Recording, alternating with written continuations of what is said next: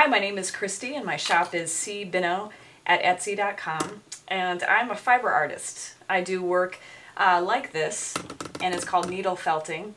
Lots of people have heard of wet felting, creating things like this where you actually knit a bag and then by putting it in the washer you're able to get the wool to felt, and so it kind of sticks together and becomes thicker. I do a lot of the adornments on objects, whether it's something that's been knit and then wet felted, or if it's something like this, which is just a store-bought sweater. So needle felting can be done using a couple of different types of needles or using different needle holders. I usually use just a single needle. And you can see that the needle is extremely sharp and it is barbed, and the barbs on the needle are what work to get the wool fibers to kind of interlock when you're doing needle felting.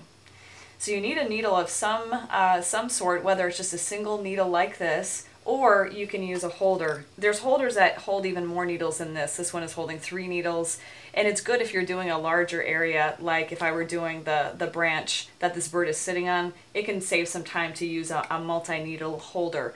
And like I said, some of them hold even more. They can hold up to 12 or 15 needles. The other thing that you need to have in addition to a needle is you need some kind of surface to put behind your work.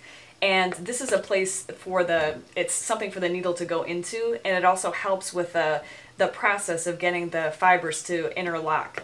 So if you're working on something like the bird, you would put the surface behind your whatever is acting as your canvas, so in this case the sweater, and then you're using the needle and you're just poking into this surface.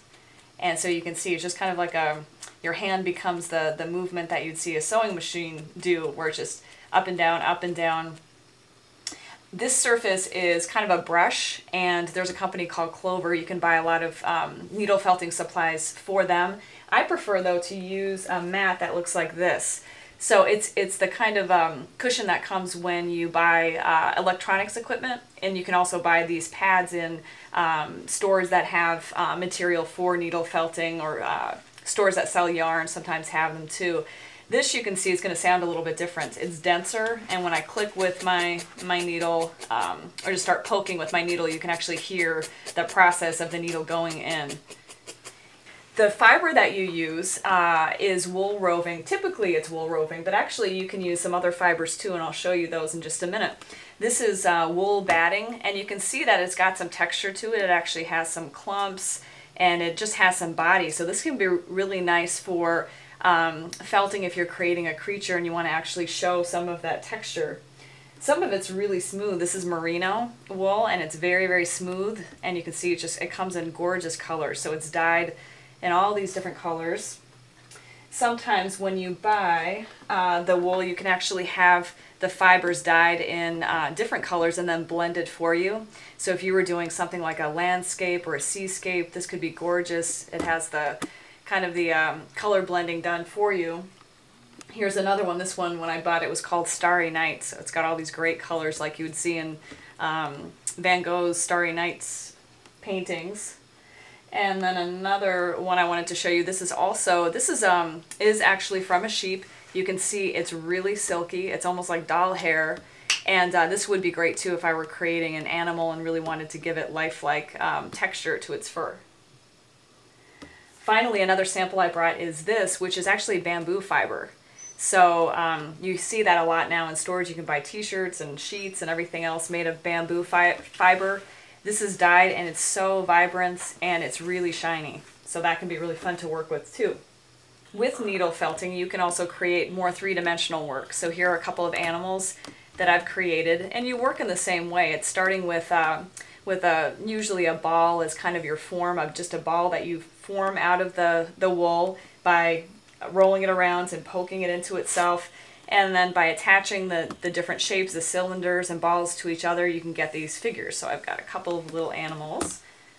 The work that I'm going to show you today is this one, which is on this bag. I have the pad inside, so I'm not going to be punching all the way through. And so here I'm working from a book that I have. I've got an image that I want to use as my kind of reference, and then working with these colors and a bag of wool that I have, I can choose the color that I want. You can see that I can do a lot of blending of the colors right on the bag itself. So I can take a color like here if I wanted to continue in this bottom left-hand corner. The fiber I'm using here is actually alpaca.